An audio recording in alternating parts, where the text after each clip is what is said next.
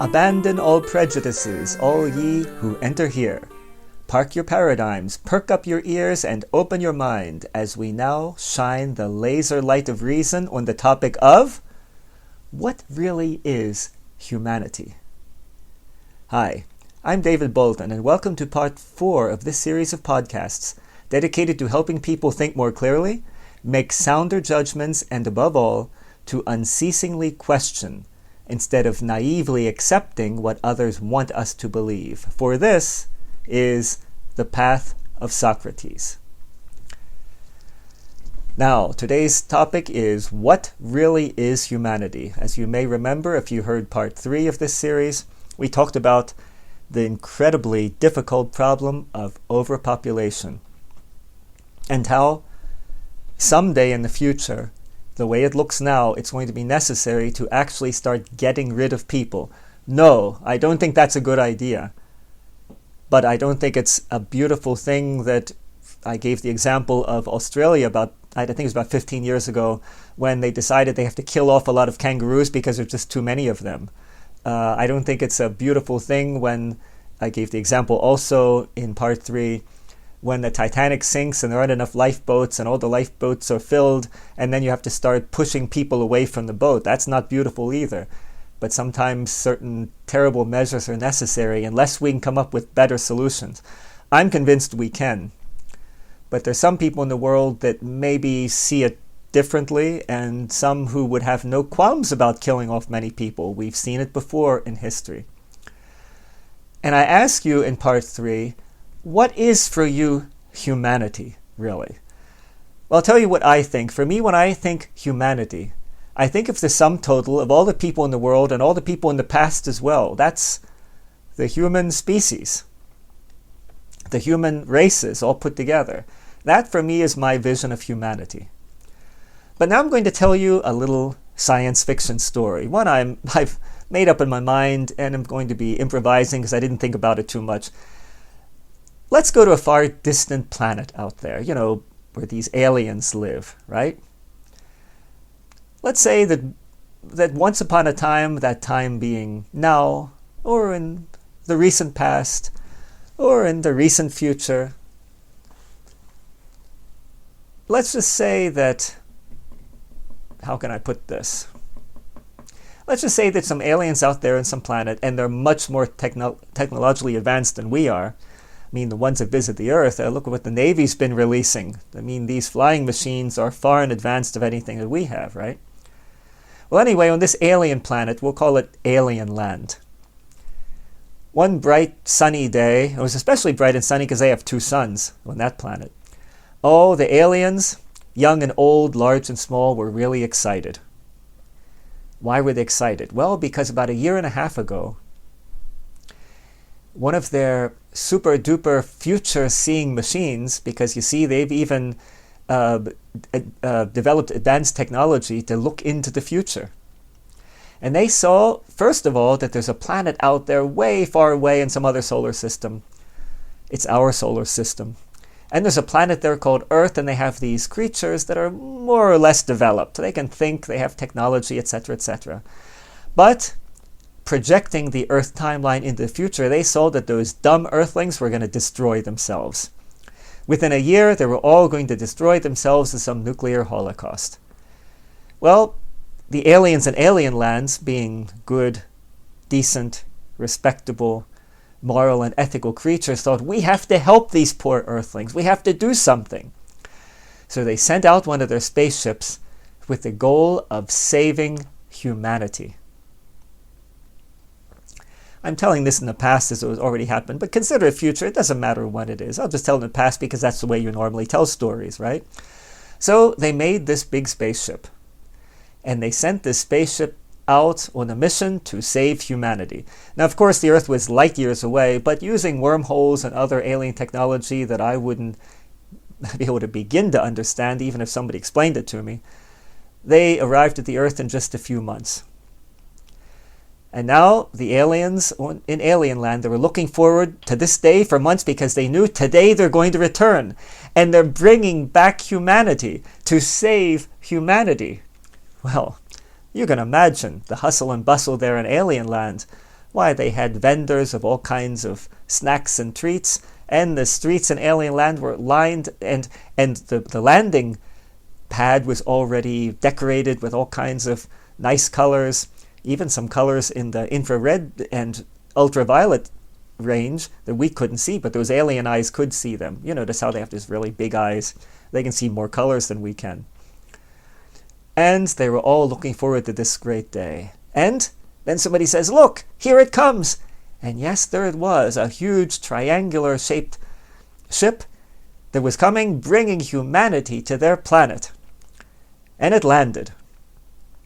And this thing was pretty big, let me tell you. But there's one alien child that said, "Daddy, I just don't get it somehow."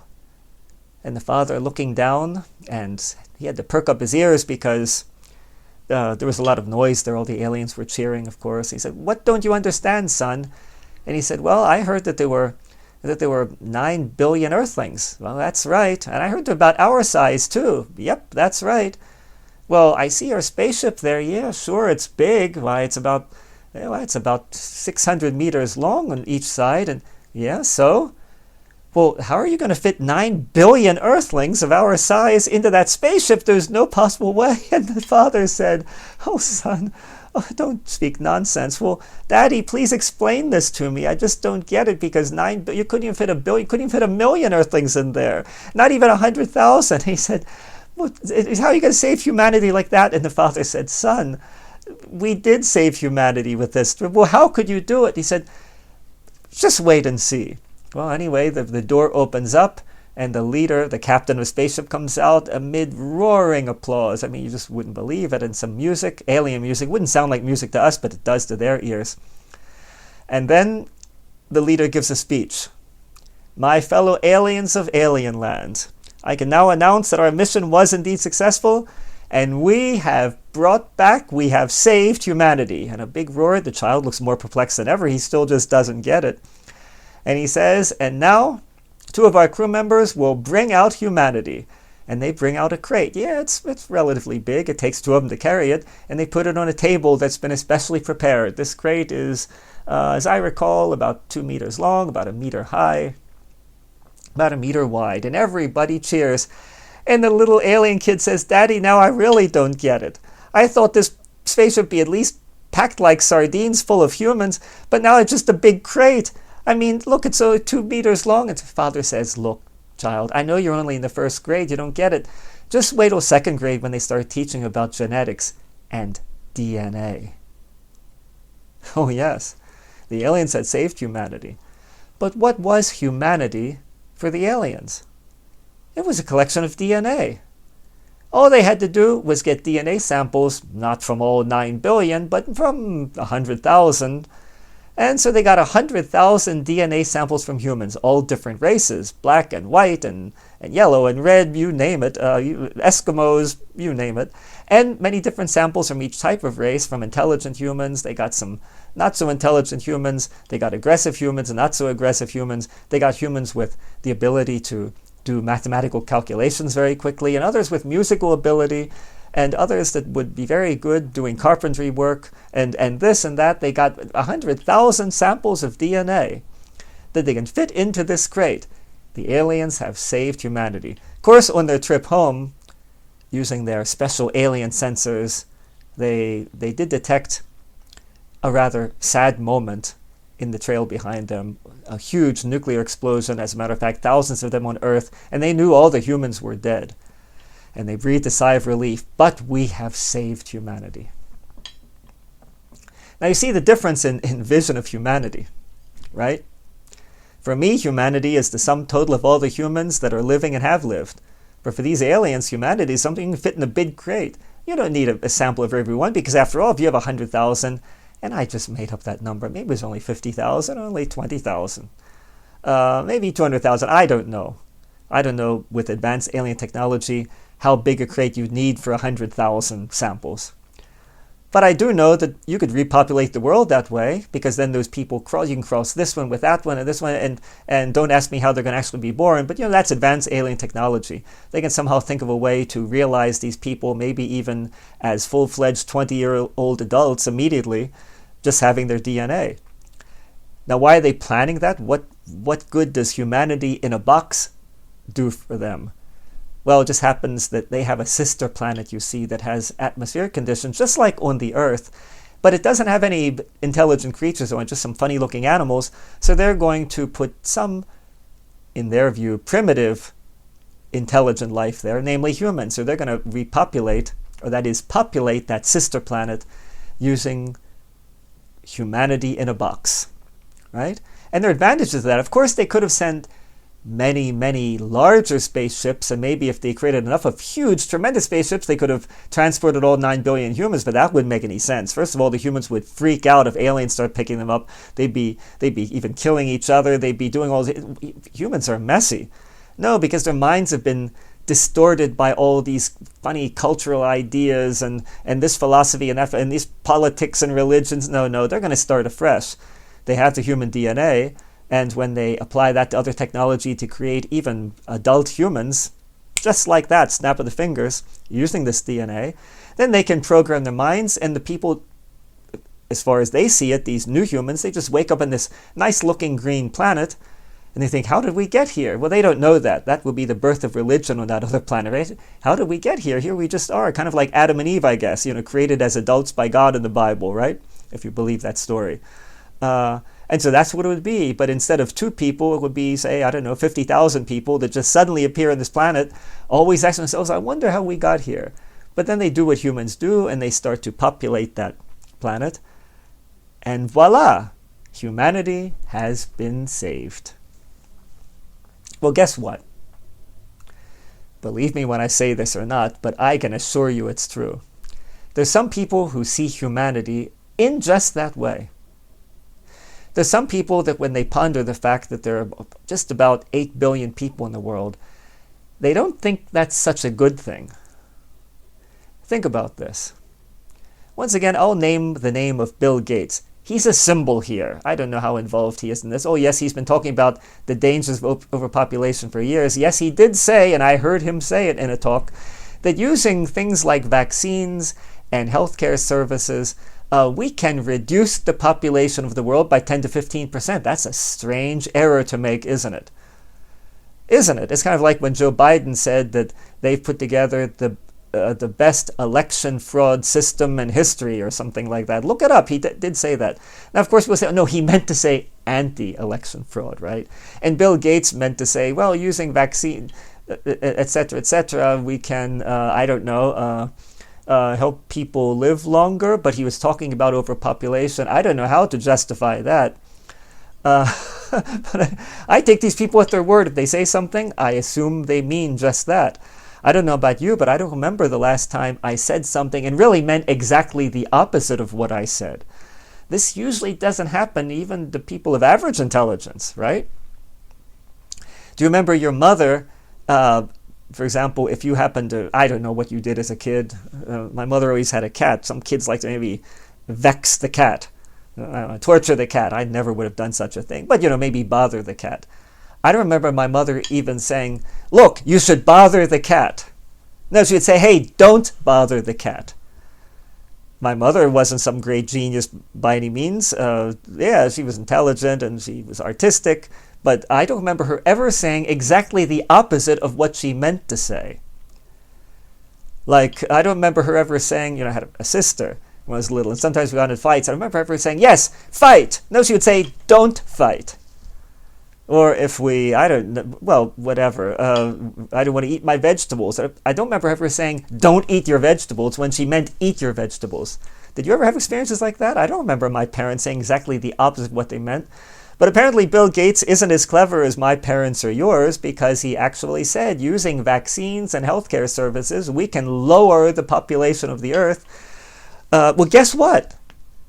That's a true statement. Using vaccines in quotes and using certain types of healthcare services, you can lower the population, especially if you have things in vaccines that are going to weaken people's immune systems and make them more susceptible to any disease that comes along. You can actually lower the population of the world. What a brilliant plan. Although it seems kind of dumb that he would, if that's what he's planning, if he would come out and say that. What's the matter with that guy? Maybe he's senile too? Is there some senility issue there? Bill Gates is exactly 1 week older than I am. Well, I think it's like 10 days, right? Forget exact birthday. It's end of October, 55. I was born November 8th, 55. Which gives me hope because, he's like 10 days older than I am, which means that, he's, millions and millions of times richer than I am, but I still have like 10 days to catch up, right? Nah, I don't actually believe that. I'm not that energetic and ambitious. But anyway, I don't remember the last time that I said something and I really meant exactly the opposite. But why did he say that? Could it possibly be that he's really planning that and he's just the type of person who every once in a while says something true?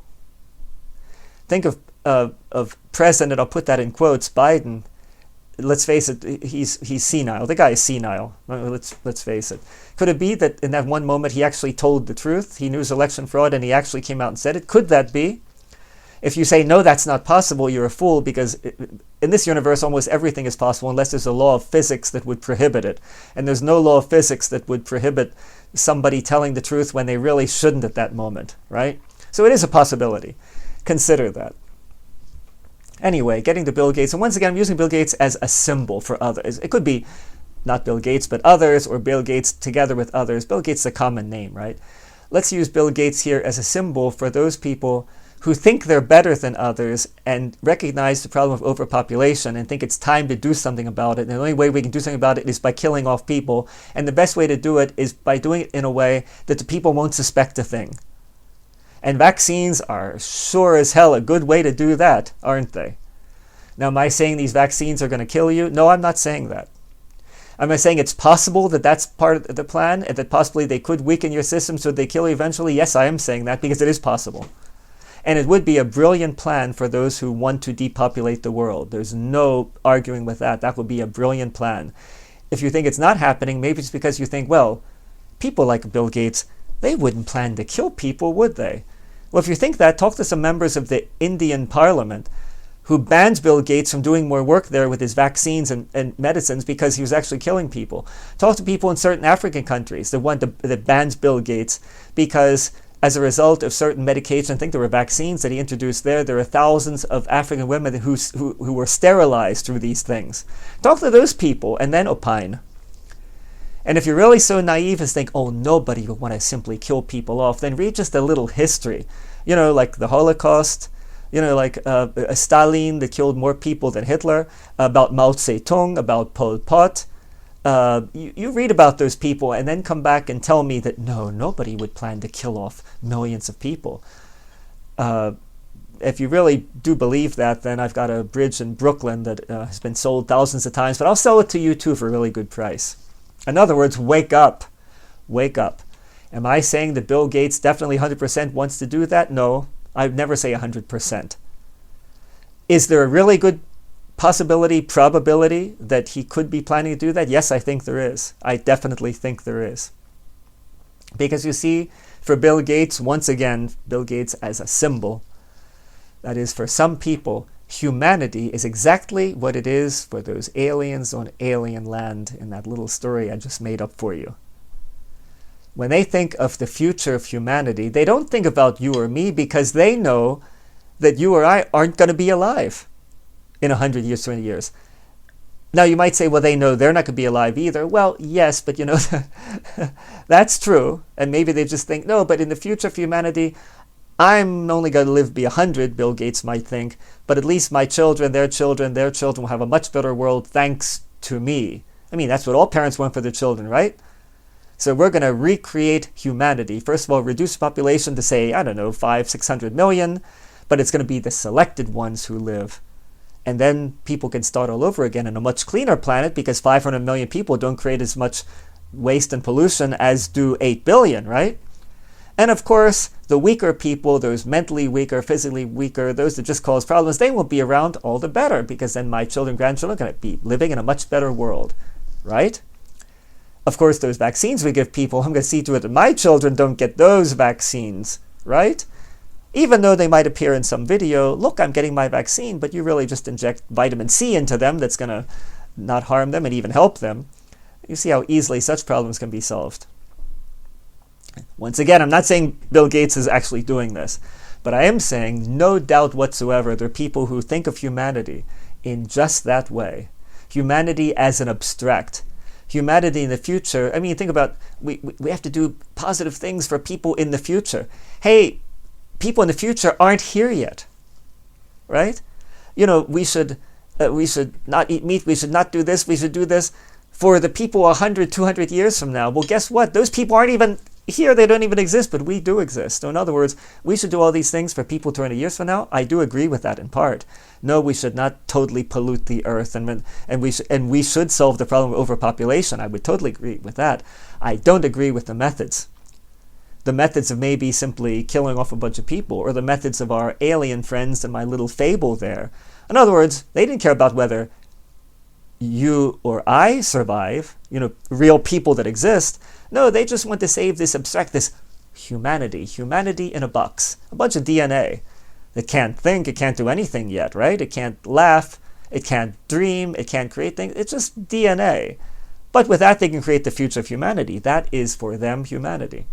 And I'm telling you, for certain people, I think probably, here we'll say, probably Bill Gates also, they think of humanity in those terms.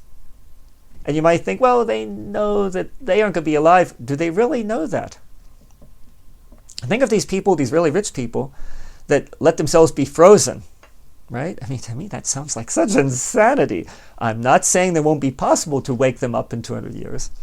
I am saying, as a person who definitely believes that we have souls and that there is an afterlife, no, I'm not a Bible believer in that sense, or a Quran believer or anything else. I think organized religion has been, I would say organized religions in my mind, and this might put off some of you. I'm sorry if it does, but I tell the things the way I see them. Am I saying I'm 100% right? No, because I never say that.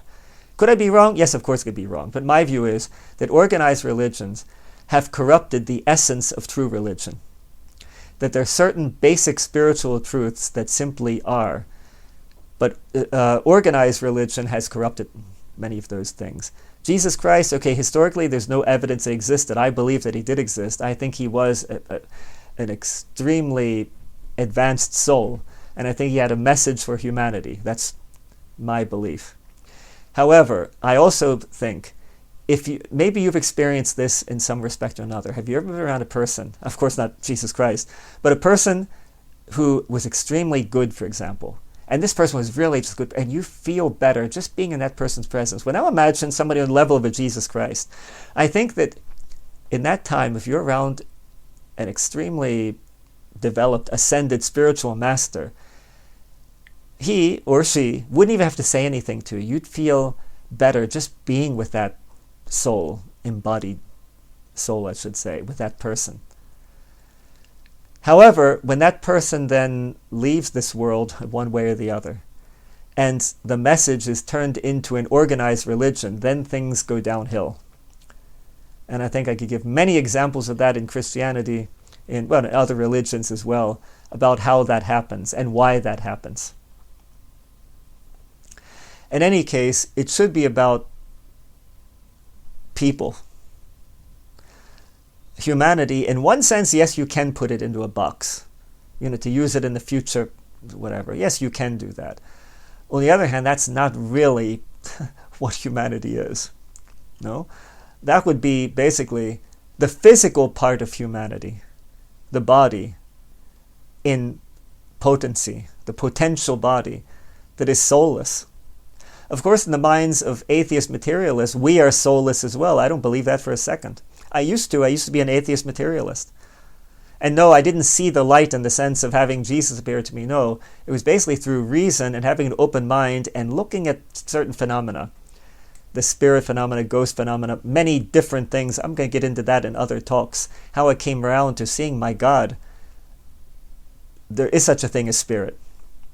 It was a longer process. It wasn't some from Saul to Paul sort of epiphany. It wasn't like that at all.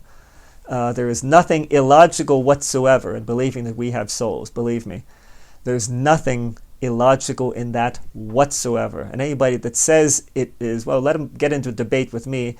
They're not going to win. There's nothing illogical about that. Can I prove to them in a debate that we have souls? No. Can they prove to me there is no such thing as soul? No, I guarantee you of that. One could almost flip a coin if one weren't sure one way or the other. The thing is, what atheist materialists do, they refuse to look at certain evidence, and they're so convinced that what they believe is 100% true. That's always a sign of a fool. I'm not convinced I'm 100% right. There's always a chance I'm wrong, and that we have no souls, and that there is no such a thing as spirit. But the evidence strongly points in that direction if you're open-minded enough to actually look at the evidence. Do I mean evidence that can be proven mathematically? An atheist would say, no, I don't mean that. I've been in conversation with atheists, though, who said, well, you have no proof there's soul, therefore it's ridiculous. And I had to point out how stupid that argument is. It's a stupid argument. I would say to them, guess what? Your mother didn't love you. And they say, what? Of course she loved me. I say, no, she didn't. Say, you don't know my mother. I say, no, I don't know your mother, but I know your mother didn't love you. And they say, that's nonsensical. I'd say, nope, it's not. I'd say, according to your logic, even, I'd say to the atheist, according to your own logic, your mother didn't love you. They say, that's stupid. I never said that. I said, no, but now, using your own thought processes, show me the scientific proof that your mother loved you. And they were speechless. They were speechless. Because not a single one, I had this sort of debate a number of times, not a single one could show any scientific proof that their mother loved them. I'd say, look, that's your way of thinking, isn't it?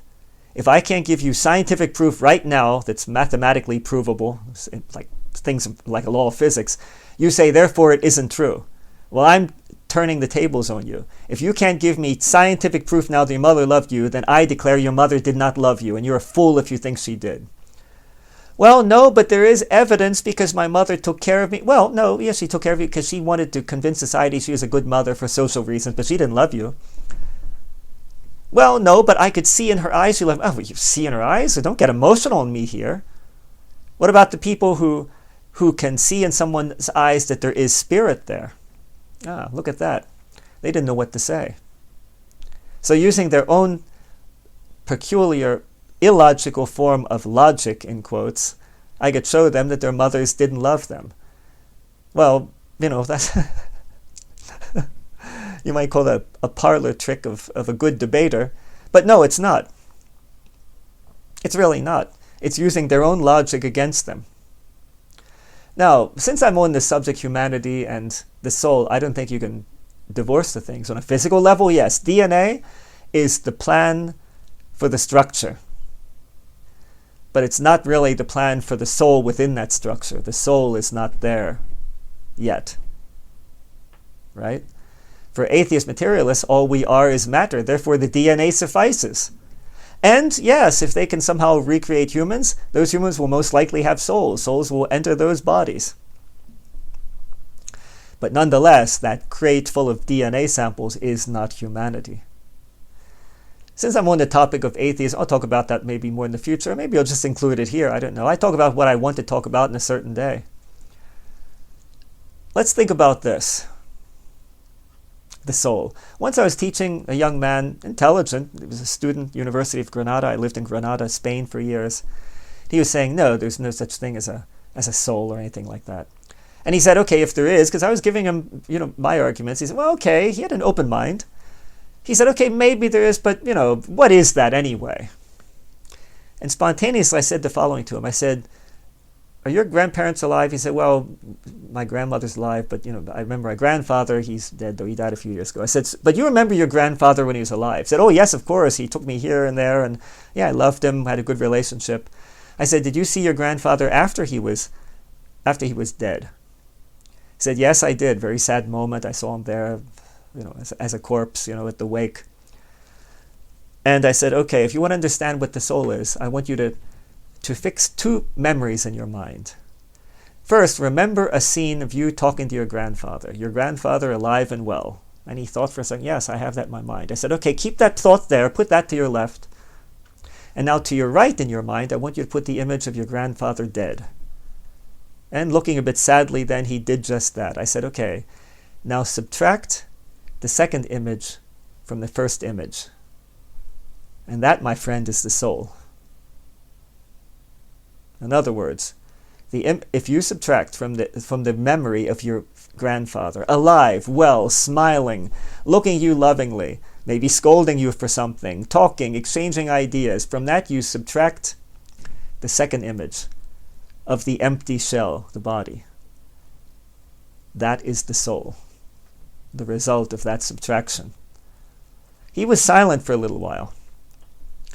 And after that, his arguments against there being a soul, suddenly he didn't want to argue anymore for there not being a soul.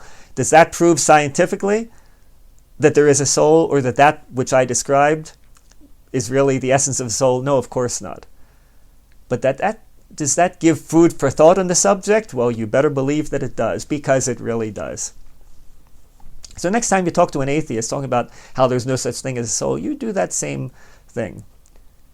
You try to tell them that it's logical that their mothers didn't love them. Use the same argumentation, and then use that second little story with the two images.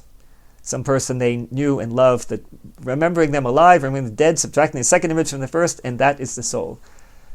And see what they say. It would interest me. Write to me.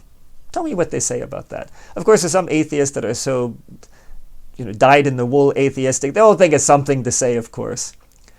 Because some people have their minds totally closed because they know that they are right. As a word for those people, I call them fools. Once again, anybody who thinks they're 100% right, on subjects like that especially, they're fools.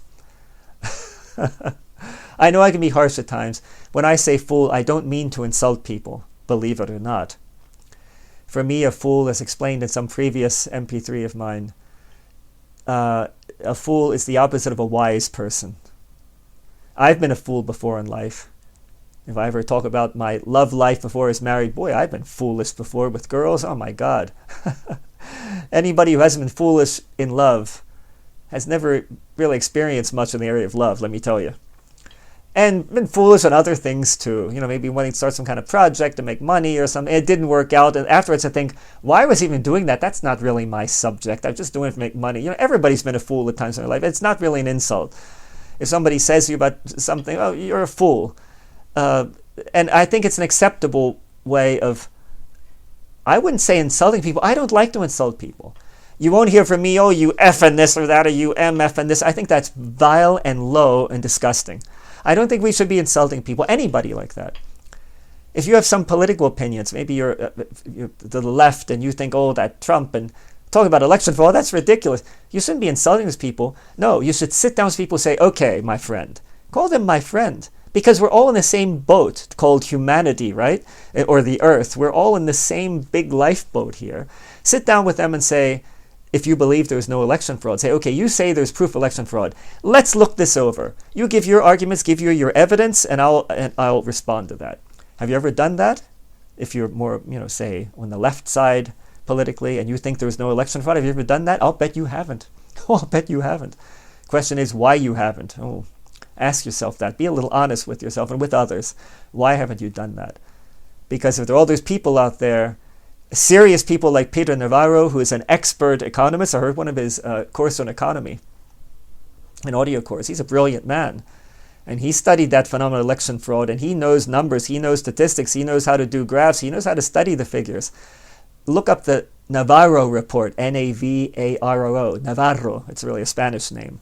Look up that report. I believe it's in 3 parts. You read that, and then you tell me there is no election fraud. And if you have good evidence that what he wrote is wrong, well, then you write down that evidence in your report to show that the other side is wrong. But first of all, I'll bet you haven't looked at the evidence if you think there is no fraud. And if you have, I'll bet you cannot refute that evidence. And that should tell you something. Now, I'm mixing subjects, but as I said in my first talk, it's going to be like a stream of consciousness thing. I might go from one thing to another, but it is related. We're talking about looking at the evidence. And to get back to atheism, theism, I didn't say Christianity or Islam or whatever, I said just theism, believing that it's what I call a supreme, intelligent, creative force. I believe that there's a supreme, intelligent, creative force. I like to believe it's a supreme, intelligent, loving, creative force. Some would call it God. Others might call it by another name. But I believe in the universe there's a supreme, intelligent, loving, creative force. The loving part, to be honest, there's a lot of evidence that maybe it's not so loving, but I think ultimately it is, but sometimes it doesn't seem like it to us. But that there's a supreme, intelligent, creative force, I'm convinced of it. I've become convinced of it. In the future, I will give some talks on how religion should and almost must be reformed in the future. I don't know if you've noticed or if you intuit this. I mean, people talked about the New Age and all of that. 2012, remember 2012? Oh, because of the Mayan calendar, everything's going to be totally different. I'm telling you, I thought a couple of months ago, I said to my wife, you know what I think? I think if any psychic saw that for 2012, I think she or he got numbers mixed up. I don't think it was 2012, 2012. I think it's 2021. If anything, it's 2021 and not 2012. In any case, I see that we're on the tipping point of something really, really big. Look at the military releasing all these footages of real UFOs saying, yes, they do exist. And this is after over 70 years of denial. I mean, you think about this. Ever since Roswell, they've been saying, oh no, this is just a hoax and this is ridiculous and this is a mania. Hey, where's your tinfoil hat, you idiot? There's no such thing as UFO, all that kind of thing. Everything just to make fun of and to take the wind out of the sails of anybody who talks about UFOs. And now they're saying, well, guess what? Oh, well, yes, they really did exist. That could anger a lot of people, and it should. What's been hidden from us? But if you notice this, it was on Fox News and on I believe other news too, about the military releasing these footages of what the pilots filmed of UFOs that they can't explain, with doing all these funny maneuvers, going much faster than any of our planes can. Why are they releasing these things? Why now do they think is the time to talk to humanity or to be honest with people? I mean, I'm sure I would bet everything I own, which isn't all that much, but in any case, I'd bet everything I own that that certain factions of the military, the government, know a lot more that they're releasing now. Believe me. I also believe that if they released everything they know, humanity would probably totally panic, because some of the things they know would be things that we couldn't get our heads around. Since I talk about religion, humanity, just suppose this. Suppose that certain factions of the military have had contact with aliens. It's not that far-fetched. I mean, now they're saying that, yes, apparently they do exist. Well, if these highly intelligent creatures came to Earth, they're much more advanced than we are. Is it really such a stretch to think that they might have communicated with certain factions of our governments at some time in the past? I don't think that's such a stretch. We probably do the same thing as some other planet. Oh, I know in Star Trek you're not supposed to interfere, but you ever notice how even Captain Kirk would, even though you're not supposed to interfere in the culture, but still they have contact with the leaders or whatever, right? I think we could assume that the aliens probably would do that, and being so far advanced, they think of some way to communicate. Okay, suppose the aliens told them, because if you're an Earthling then, say some military general in some secret alien project, you would ask them things. Seeing that these creatures are maybe 1 million years more advanced than we are, they would know things we can't even imagine.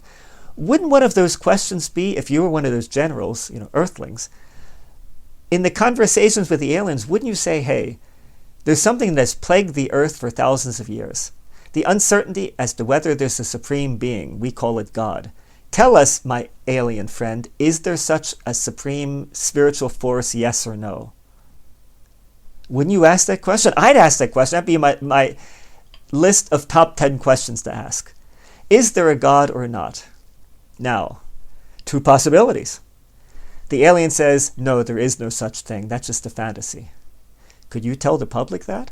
Suppose they talked about the aliens contact out, these beings are advanced, and you tell the world God does not exist, and the aliens even have proof. Here's the proof. My God, can you imagine that? I say, my God. But can you imagine that? Can you imagine all the religious people in the world, how they would freak out if there's now proof, because the aliens are much more advanced than we are, they might have even physical proof that there's no such thing. So they couldn't tell us that. But imagine now the opposite. Suppose this aliens say, yes, there is a supreme being.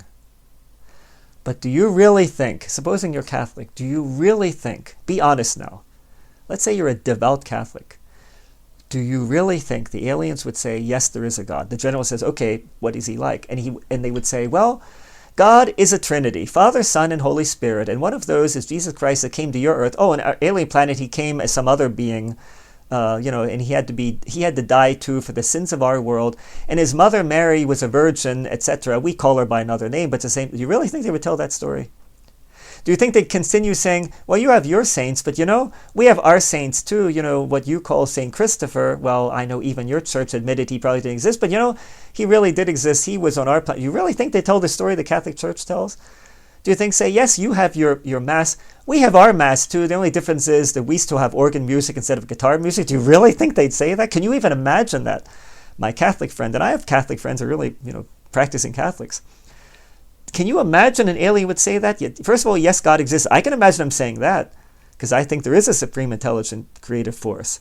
But I can't, in my wildest dreams, I can't even imagine they would tell the same story. Yes, and we have a pope too because, having a pope is a good thing. Do you think they'd say that? I can't even imagine that. If you're a Catholic and you're honest with yourself, unless you're a really fanatical Catholic, do you really think it's going to look like that? Because let's face it, if there is a God, then it's universal and would permeate all the universes, even if you have an endless number of universes, parallel universes, such things. It would be even greater than that. But do you really think God is like, the Catholic God that preaches the same dogmas and the same rituals and everything and all these alien planets? Come on now. You can't believe that. In other words, what the aliens would say, yes, there's a God, there's a supreme being, but look at what we've learned about him. And what they would tell probably be things that are so far into all of our religions that once again people would freak out. But not only would the religious people in the world freak out, all the atheists would freak out too, because now, oh my God, we were wrong, there is a God. And then they'd start to worry, if there is a God, look at all these terrible things we did. Oh, please, God, don't condemn us. Everybody would go crazy. Now, personally, I think that the evidence for UFOs it's very strong. Even the military is now coming out with that. That there's contact with humans, that's not such a big leap of faith. There probably is contact. And they would ask a question like, is there a God? Almost certainly they would. But the answers they would have, that they're not going to tell people, that the military is not going to release, those answers, I could take it. I could take anything the aliens would say, even if it's, there is no God. I could take anything, because I'm looking for the truth, first and foremost. But let me tell you, my earthling friends, most of you are not looking for the truth. You're looking for confirmation of the things you believe anyway, whether you have evidence or not. And some of my listeners aren't going to be like that. Others will be. You think about that. I started talking about humanity, and I still am. And I'm going to talk about the weakness of humanity, weaknesses that I myself share. Would I like to see aliens come to Earth officially and announce the atheists are right? You're all just matter, and there's no such thing as soul. I'd be sorely disappointed. But I'd accept it if it's the truth. I mean, you have no choice but to accept it because it's true, right? Then when you think about how to deal with that. Would you, if you're practicing whatever, Muslim, Christian, whatever, would you be able to accept if it came and said, yes, there is a God, etc., but, Jesus Christ was not God? Would you accept that? Or if you're a Muslim, would you accept they say, yes, there is an Allah, that is a God, there is a God, but Muhammad wasn't really his prophet? Would you accept that? If you're a Buddhist, would you accept the alien saying, well, yes, there is a spiritual world, and there is a thing like nirvana, but guess what? Nirvana is not kind of anonymous. No, there's a personal, your soul, who you are now, that will live on too, which Buddhists don't preach. Would you accept that if you're practicing Buddhist? Think of all the other religions in the world. Would you be able to cast off your religion if the aliens come and tell us that? I would be able to cast off my beliefs. I've done it in the past. As a kid, I was Catholic because that's the way I was raised. When I was 12 to 13 years old, I read the entire Bible, and then I started becoming an atheist. If you've ever read the Bible and thought about it, you'll know that the Bible isn't just full of only truth. There are contradictions, logical contradictions. Bible, I'm going to talk about that in the future too. Logical contradictions, things that cannot be. And you have to face that fact. Beautiful things in the Bible, beautiful spiritual truths, yes, they are there too. And I've read it all. But from 12 to 13, I wasn't an average kid, I'll tell you. I used to like to read. I was always looking for the truth. And I thought, okay, I'm Catholic, I believe these things, but let me actually read the Bible. And I discovered things, that would that would shock you, my Catholic friends that maybe have not read the whole Bible. Protestants usually read the whole Bible more. But then what I've noticed, they read the Bible and they pick out the things believe that make sense and that they want to believe. The other things they just, pretend they don't exist. That's not the path of the truth, let me tell you. Am I a Bible basher? In part, yes, the things that don't make sense, the things that really aren't so good in the Bible. But there are beautiful things, a lot of wisdom there, a lot of spiritual truths as well. To get back to humanity, once again, to close the circle here, what is really humanity? I personally think it's a combination of matter, DNA, for our alien friends with that crate full of DNA, but there's something more to create a human being, to have really a human being, and that's the soul. And that's not in that DNA. That's something that will then combine with the body at some stage of development. And I think relatively early. I won't get into prenatal issues in this talk, at least. And once again, let me tell you, and I'll stress this, or try to remember to stress in each one, I'm not trying to convert you to anything. Really, these people that go around trying to get their herd together and they want to be the big guru, I don't see myself as a guru in any way, shape, or form. I think my friends could confirm that.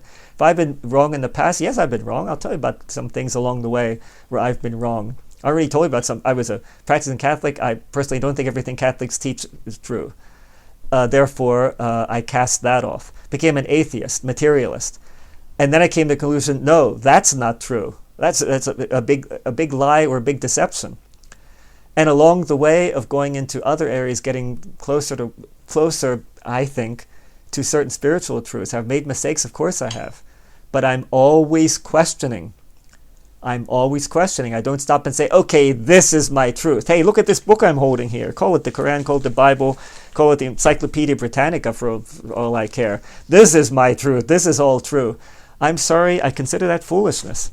Always question. Always question. And let me tell you this. I think that if God, assuming it exists, and I'm not being disrespectful here, I don't give sex to God. That means people, God, he, or the feminist, oh, God is a she.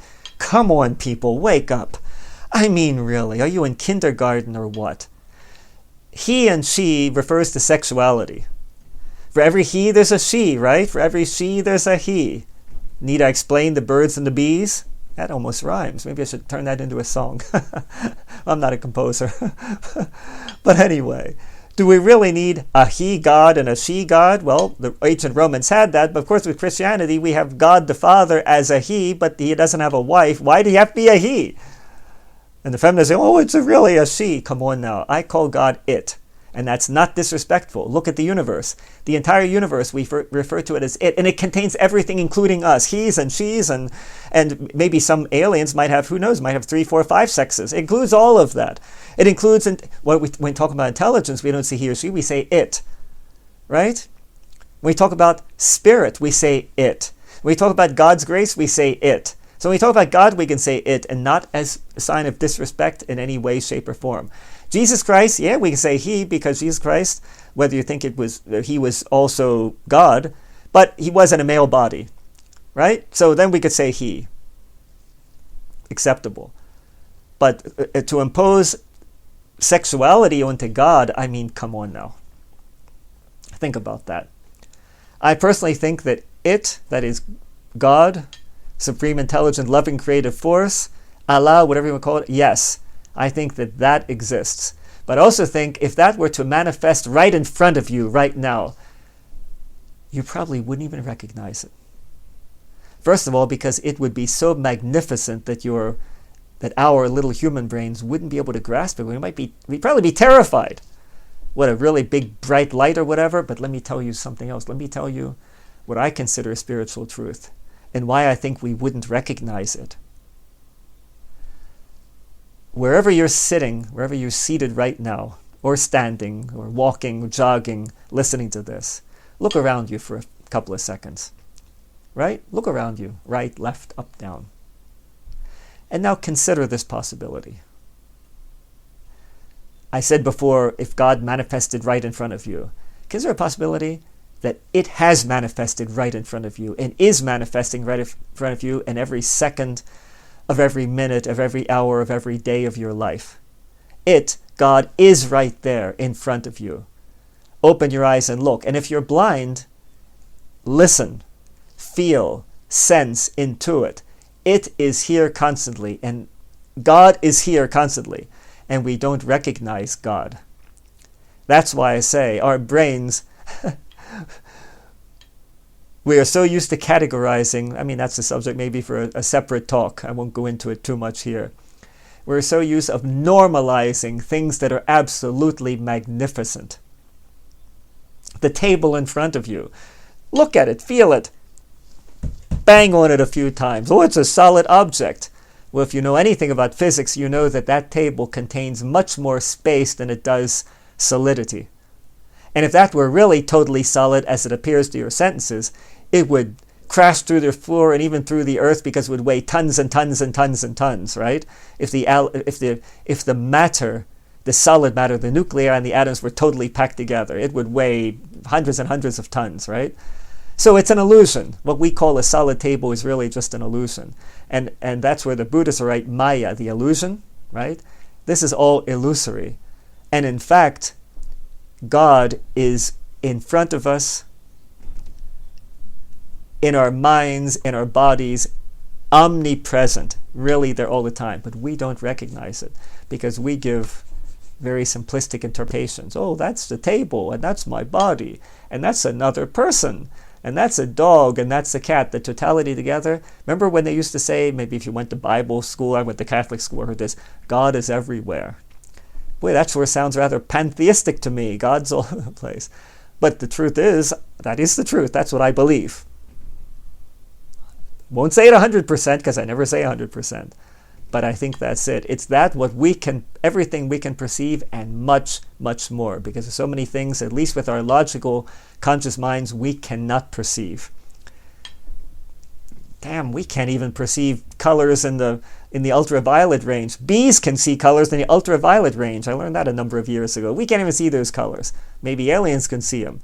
Infrared, we can't see them unless we have special filters. Think of all the things we can't perceive, but that's another topic. Once again, these are all things that touch upon the main talk of today, which is humanity. Think about these two visions of humanity, just to recap a bit. Humanity as the sum total of all humans, now and in the past. And maybe possible humans in the future, okay, why not? Or humanity in a box. In other words, the idea of humanity not as real people, but just DNA, just the basic intelligent, in quotes, matter of humanity. Things that can be converted into humanity whenever it's convenient for us to do so. And then think once again of those people who they're almost certainly in the world. And not just because there's so many people. And it takes all kinds to make a world, as my grandmother used to say. There's certainly people in the world, certainly powerful people who are thinking about how to depopulate the world. And for them, I didn't finish that thought, I believe, people who let themselves get frozen. There are actually some people that think, okay, at the end, I'll let myself get frozen. And then in 100 years, humanity can wake me up, and then I'll be like their God because I'm the ones that created this new humanity with only 500 million people and only intelligent people, maybe tall, blonde, blue-eyed, or a couple of token blacks, just to have a little variety. People who think like that. And they might have a vision of future where 100, 200, 300 years they're brought out of their frozen stupor, and then they're still alive because for them all they are bodies anyway. Wow, that takes foolishness to another level. I'll be talking about these things again and again, going into each point in more thought detail, right? But I hope you've thought a little more in this. How long have I been rambling here? 54 minutes, almost an hour. That's a good size, I would say. You think about what humanity is for you and what your vision of humanity is. And once again, what would your plan be? What would your plan A be, and what would your plan B be? Maybe we need several plans. I wouldn't say to depopulate the world. I say to reduce the population of the world in the future, to have manageable numbers in the world without becoming an ethical monster, without becoming another Hitler, Stalin, Mao Zedong, etc. How can we do that? And don't say, oh, well, in the future, people, you guys use more birth control. No, the population's still rising at a somewhat slower rate, but it's still rising. How can we do this? Having liberty, freedoms, democracy, how can we shape the world in such a way that the population is even decreased from today? In other words, the people have fewer children, like they're doing in Japan, like they're doing in Spain. How can we get other countries to do the same thing without forcefully sterilizing them, without tricking them with vaccines that might sterilize or might even kill them in some way or another by weakening their immune systems? How can we do that in an ethical way? This is the biggest problem facing humanity. I'll say it again and again and again. And the problem is, how can we have practical, thoughtful, ethical solutions that do not rob people of their liberty, of their free will, that will lead to the desired result, a world that doesn't have so many people in it, a world where people aren't multiplying so much, a world that's worth living in 100, 200, 300 years from now? How can we do this ethically? Think about it. I don't have a final answer. I have some ideas I might share with you in the future.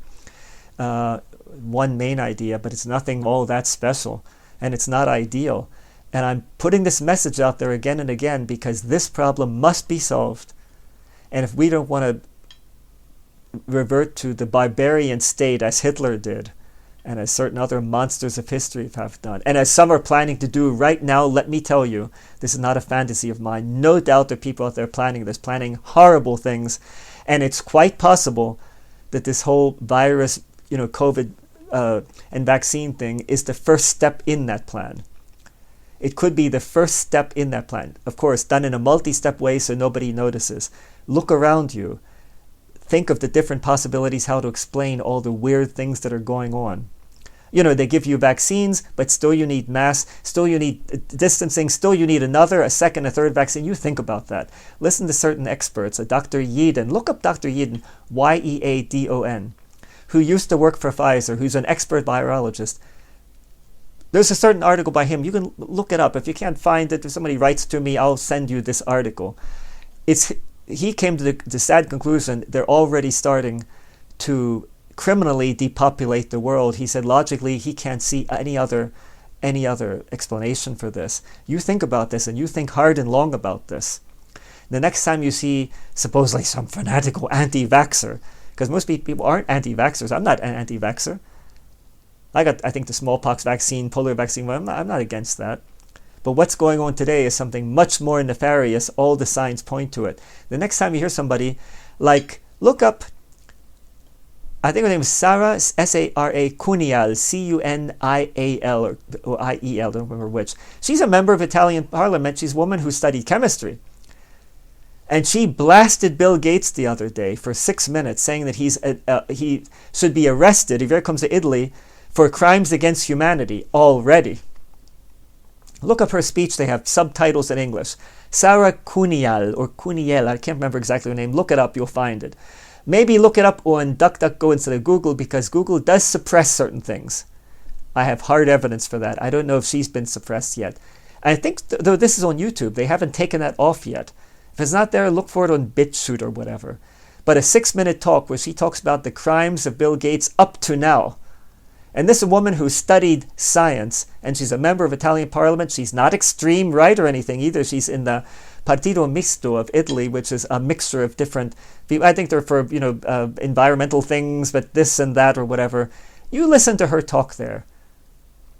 And then you tell me that you think that Bill Gates is really just a nice guy that wants to help humanity. I believe for Bill Gates, humanity is the humanity in a box concept. And humanity, that doesn't include necessarily you or me. You think about that. And remember, anybody who is on the path of Socrates, as I am, as I hope you are too gradually, humanity means something. Humanity means something. It means something great. It means something noble. It means something good. In its essence, it means something good.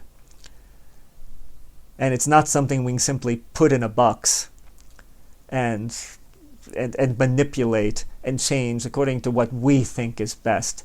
No. Logic is important. It's one of the pillars of science. But as many wise people have said, the problem in our times is that logic, science has advanced so much, and yet ethics has not caught up to it. And that's something well worth thinking about. My friends, I wish you a fine day or night wherever you are, and I hope you join me the next time in the next edition of my podcasts, all having to do with the pursuit of truth, always on the path of Socrates. Bye now.